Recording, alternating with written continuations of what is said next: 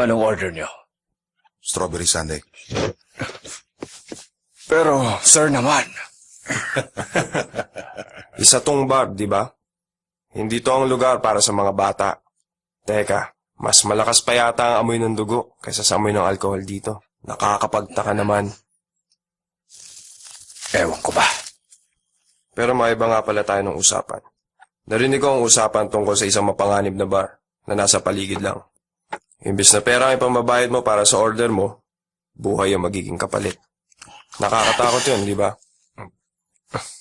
Ang tindi. Royal Straight Flush kung ganun pala.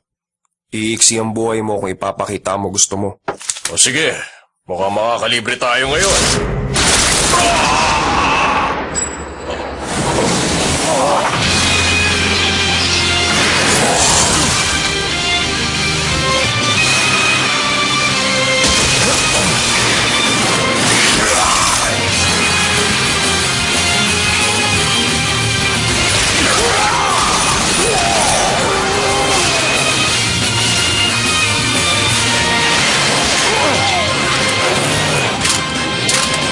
Magaling ka rin, Mr. Royal Straight Flush.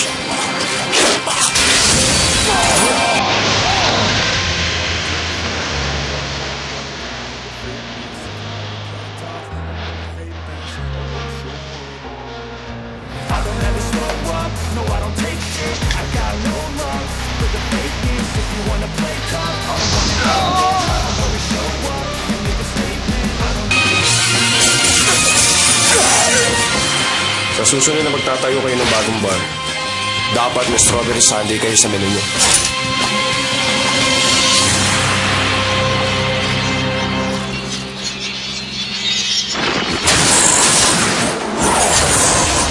Magpaalam ka na.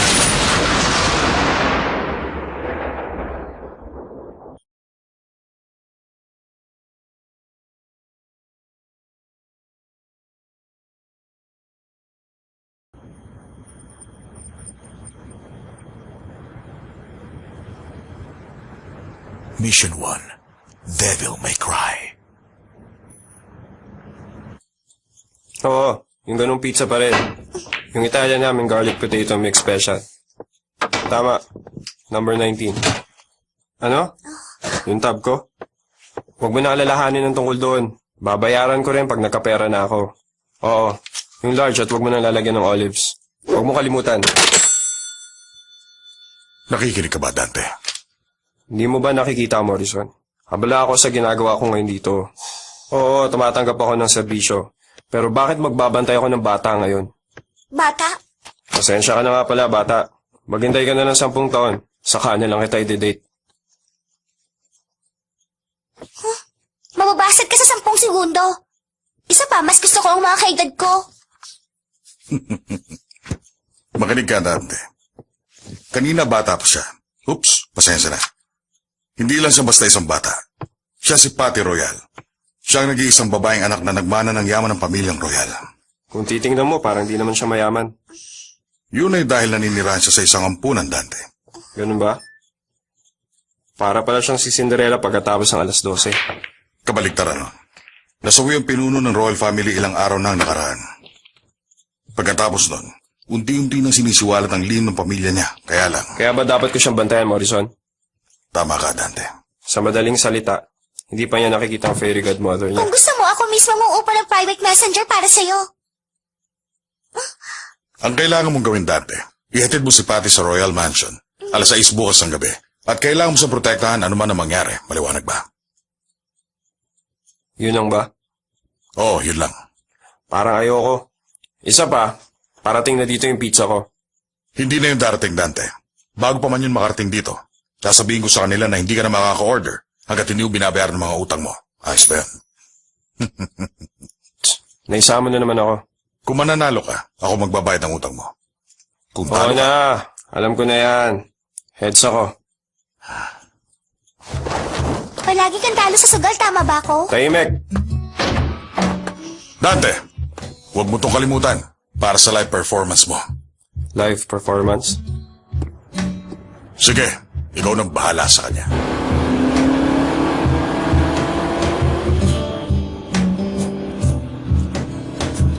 Sa susunod, pupunta na lang ako sa concert mo. Dahil alam ko wala namang ibang taong manonood sa'yo. Salamat na lang, bata. Medyo restricted kasi ang susunod kong concert. Ay, yung babae sa picture, makakapunta kaya? Sa picture?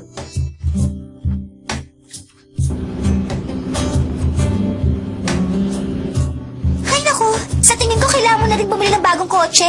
Sa totoo lang, wala nang dating ang kotse mong ito. Madumi, maamoy at lumang-luma na. Oo nga pala, pagdating sa mga babae, mahalaga na makarating ka sa kanya kaagad. Sa buwan ng huli mo nalang isipin kung saan niya balak pumunta at kung anong gagawin niyo. Dahan-dahan. Ang buhay ng watang yan. Kukunin ko. Kuya Dante, nakikinig ka ba? Oh, ano ba ginagawa mo?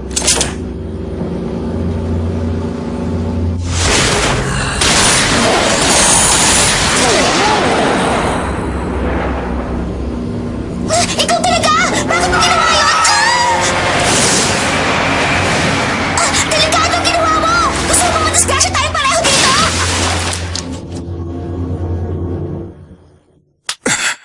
Wala ka ba magagawa para sa bagay na to? Abogado ka naman, di ba? Pasensya na wala akong magagawa. Kung ang tunay na Pati Royal nga nagpadala ng sulat na ito, legal na ang lahat. Sa kanya na mapupunta ang mana. Isa yung kabaliwan! Ano ka ba, kuya? Huminaon ka naman. Kung hindi peke ang sulat na ito, makakarating dito si Pati Royal ng 6 bukas ng gabi. Kaya nga natataranta na ako. Matatapos na ang isang linggo at tapos na yung bukas ng gabi. Kung buhay pa nga ang tunay na Pati Royal at makakapunta siya sa mansyong ito 1 linggo matapos masawi ang kanyang ama, dapat kaya nating ibigay na sa kanyang naiwang yaman ang pamilya niya? Sa tingin ko, bilang magkapatid, kailangan na nating gumawa ng kilos bago mahuli ang lahat.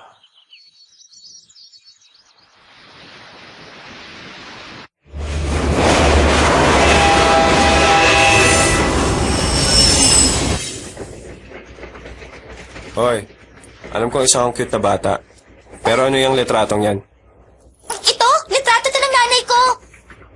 Mas maganda pa siya kaysa sa girlfriend kong nasa picture. Pero, wala akong maalala sa kanya. Sabi nila, nasawi ang aking ina sa isang sakit nung bata pa ako. Kaya hindi ko na siya nakita. Wala nga akong maalala sa kanya. Wala rin siyang iniwan sa akin. Maliban na lang dito sa litratong hawak ko. Uy, ang ganda naman ng nasa litrato. Yan ba ang litrato ng nanay mo, bata? Oh, Sandali, pati ikaw. Maganda rin pala, bata. Pwede ba ako maupo dito? Ha? Pero madami bakante. maupo po kayo. Salamat. Nakakaabala ba ako? Hindi. Pero hindi ko mapapangako na mabubuhay ka pa ngayon. Anong ibig mong sabihin doon? Ikaw talaga? At ano ba karapatan mong sabihin na hindi mo may papangako na,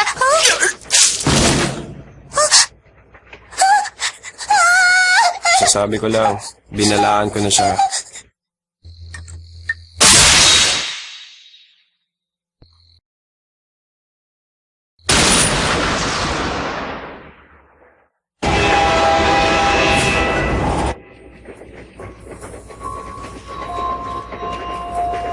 Wala na siya.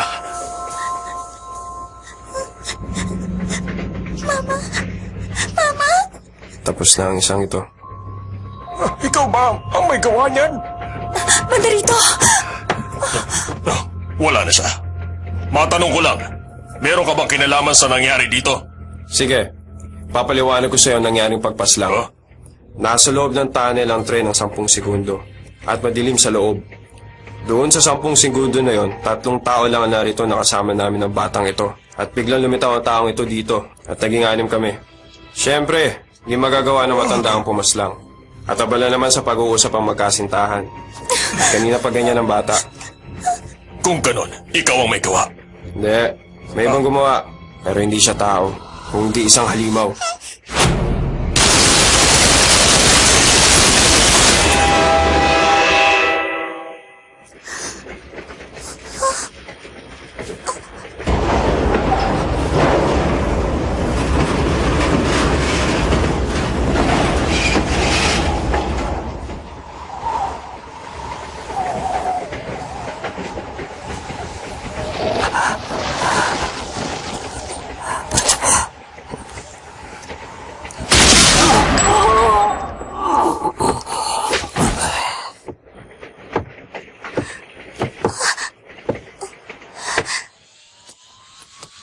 Yung lalaking yon, sino pumaslang sa kanya?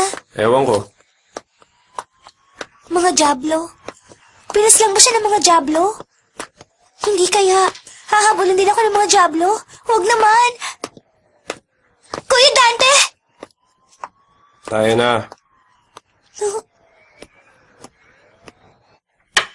Checkmate. Malas! Talo na naman ako!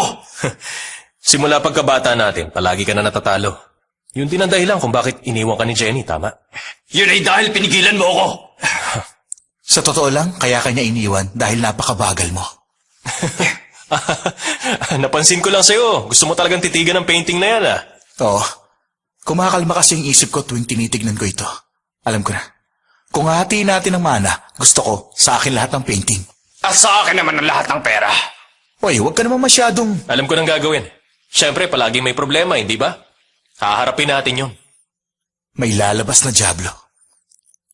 Maligayang pagdating sa inyo. Kukunin namin ang pinakamurang kwarto. Aalisin kami ng maaga kinabukasan. May kailangan kaming puntahan ng bata.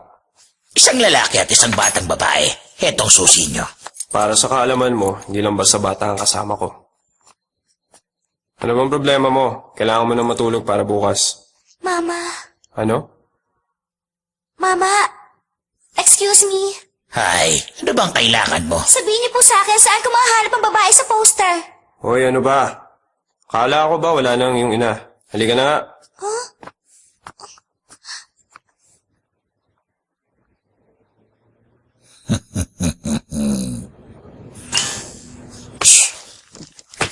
Ano ba to? Ang sikip naman ng kwartong to. Matulog ka na, maaga pa tayo bukas. Ang tungkol pala sa aking ina. Hindi siya talaga namatay sa isang sakit. Nawawala siya. Minsan, narinig ko ang isang doktor na sinasabi yun. Ang sabi niya, hinahabol siya ng mga Diablo. At dahil nasa panganib, pinatira nila ako sa isang ampunan para lang ilayo sa peligro. Mabubuhay pa kaya ang isang tao hinahabol ng mga Diablo? Buhay pa kaya ang aking ina? Isa pa, habulin na rin ba ako ng mga halimaw na yon? Hindi ko alam.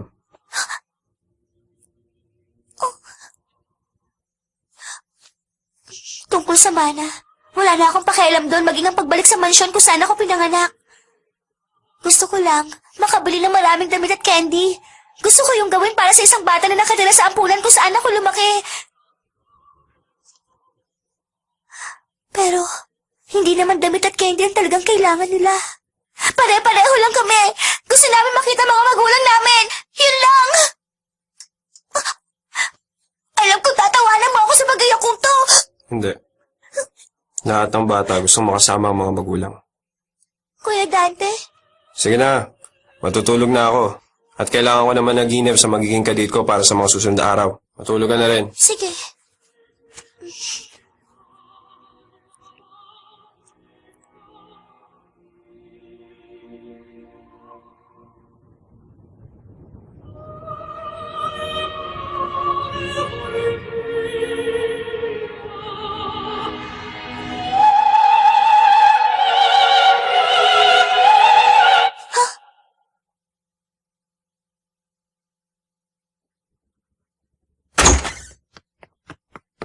Nasaan ang bata?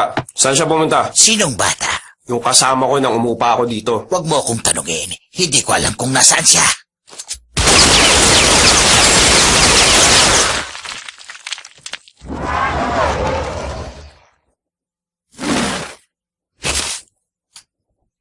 Ikaw, sino ka talaga?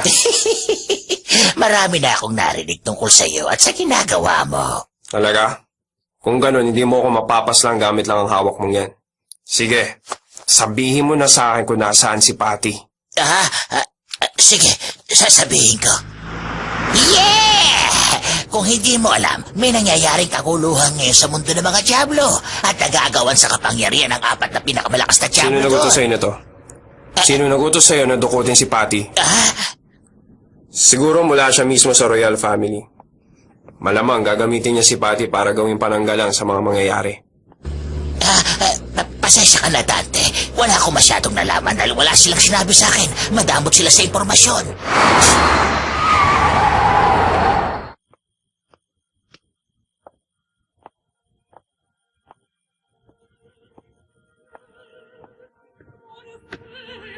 Mama,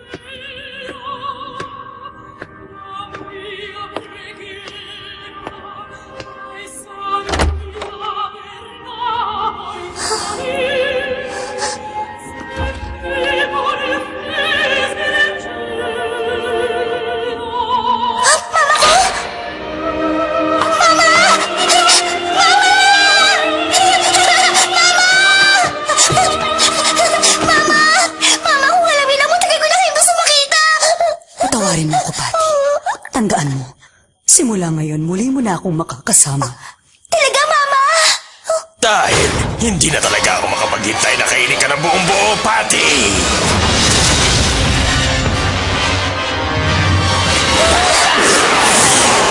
Sige! Ngayon ka na mismo tatapusin ni Mama, Patty!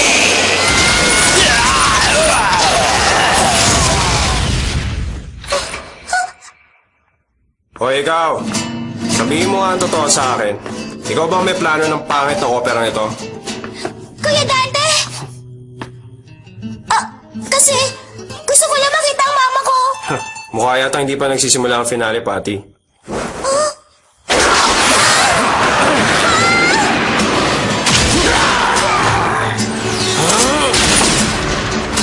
Pamatatanda mo na ang parting ito.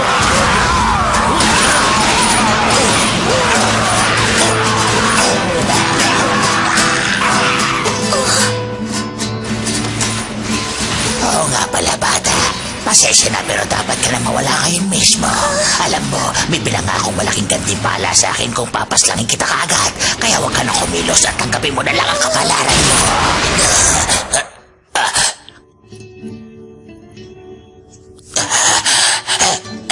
Lumayas ka.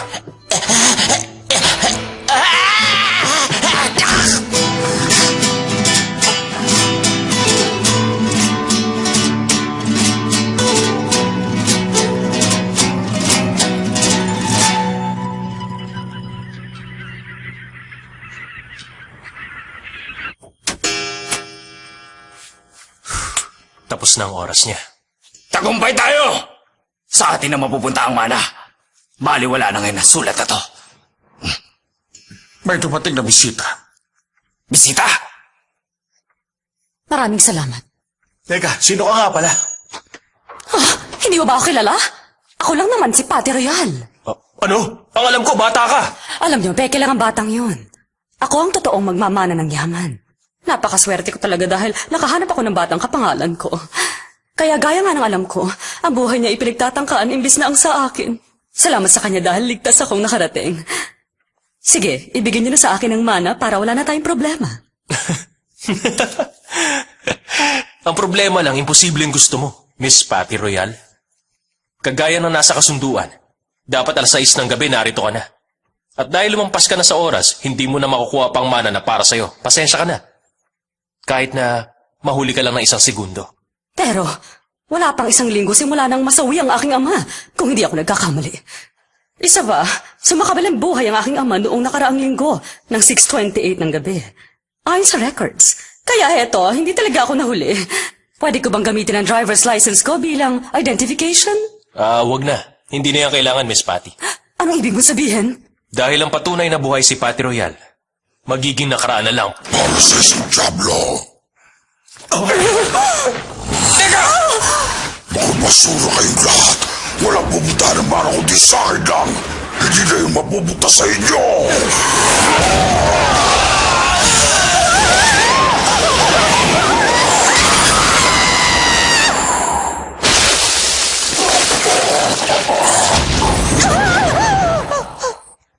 Kung ganun, ikaw pala yan. Ikaw ang nagutos sa akin na bantayan si Patty. Pagsisisihan mo ba ngayon ang kasalanan ginawa mo? Maganda ka nga sa panlabas, pero mas masahol ka pa sa Diablong binaril ko na nasa harap mo. At kung isa ka rin Diablo, hindi ako mag-aatubiling burahin ka sa mundong ito. Ay nako, sa totoo lang kanina pa ako bagot. Paano ba yan? Kailangan ko nang simulan ng live performance ko.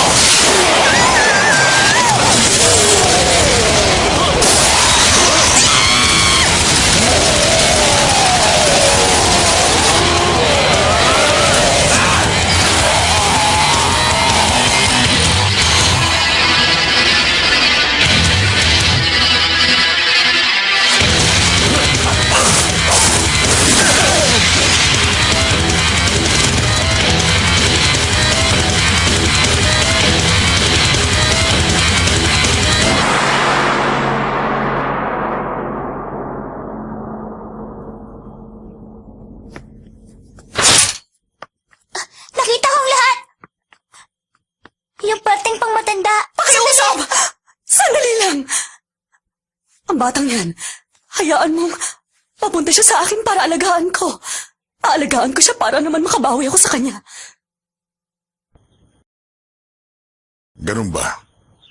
Ayos lang ba sa'yo na hindi ka natitira sa mansyon na yun? Ayos lang po. Nabayaran na rin po ako. Nabayaran? Opo. Nakita ko lang hindi maganda sitwasyon ng mundo. Sa totoo lang natrauma po ako sa mga nakita ko. Ganun ba? At ang mga damit na ito, ang kabayaran sa'yo? Opo. Nakabili na po ako ng mga damit at candy para sa ampunan at 3 truck po ang magdadala noon. Magandang gawain yan. Oh, ikaw pala Morrison, napadalaw ka. Oo. Teka. Ang alam ko, may strawberry sundae ako pagkalabas ko ng shower room, Morrison. Yun ba yun? Hoy! Kinain mo strawberry sundae ko? Patty! Ano bang ginagawa mo dito? Sandali. Ano ba mga to? Napakadumi kasi ng lugar na to, Kuya Dante. Kaya nga nilinis ko at nilagyan ko na rin ng mga dekorasyon. Wala akong pakialam. Bakit mo kinain ng strawberry sundae ko? Yun ba? Yun na ang bayad mo sa akin sa paglilinis ko. Salamat na lang sa Sunday! No, I don't take shit. I got no love for the fakeness. If you wanna play tough and wanna hate this, I'll always show up. I don't ever slow up. No, I don't take shit. I got no love for the fakeness. If you wanna play tough and wanna hate this, I'll always show up and make a statement. I don't ever slow up. No, I don't take shit. I got no love for the fakeness. If you wanna play tough and wanna hate this, I'll always show up and make a statement. Everything I do so instinctive and so passionate. Every word I move so descriptive like an adjective. I got a vendetta against people who patented being negative when you should be getting after it. I got facts over tracks, this and that. Spitting slow, spitting fast. I could roast, I could gas. Think I'm okay at last, but I don't know if that can erase all the past. And the pettiness, a reflection of the emptiness. Hilarious, you think you're worth my time, you're delirious. Mysterious, because you are behind a fake exterior. Inferior, you know I'll always be a bit superior. Get off of me, this ain't no humble brag. I want you to hear words, you can say them back. I want you to feel free from the chains at last, and to believe in what you got, it was built to last, yeah. Now that I've been put through hell, I never got anyone's help. I had to do it all myself. I don't ever slow up. No, I don't take shit. I got no love for the fakeness. If you wanna play tough and wanna hate this, I'll always show up and まったくどいつもこいつも金にならない仕事ばかり持ってきやがる。借金はかさむ一方、おまけにガキの面倒も見なきゃいけないときた。こんな夜はバイクでもかっ飛ばしてストレス発散と行きたいね。そこに悪魔が出てくりゃなお言うことなしなんだが。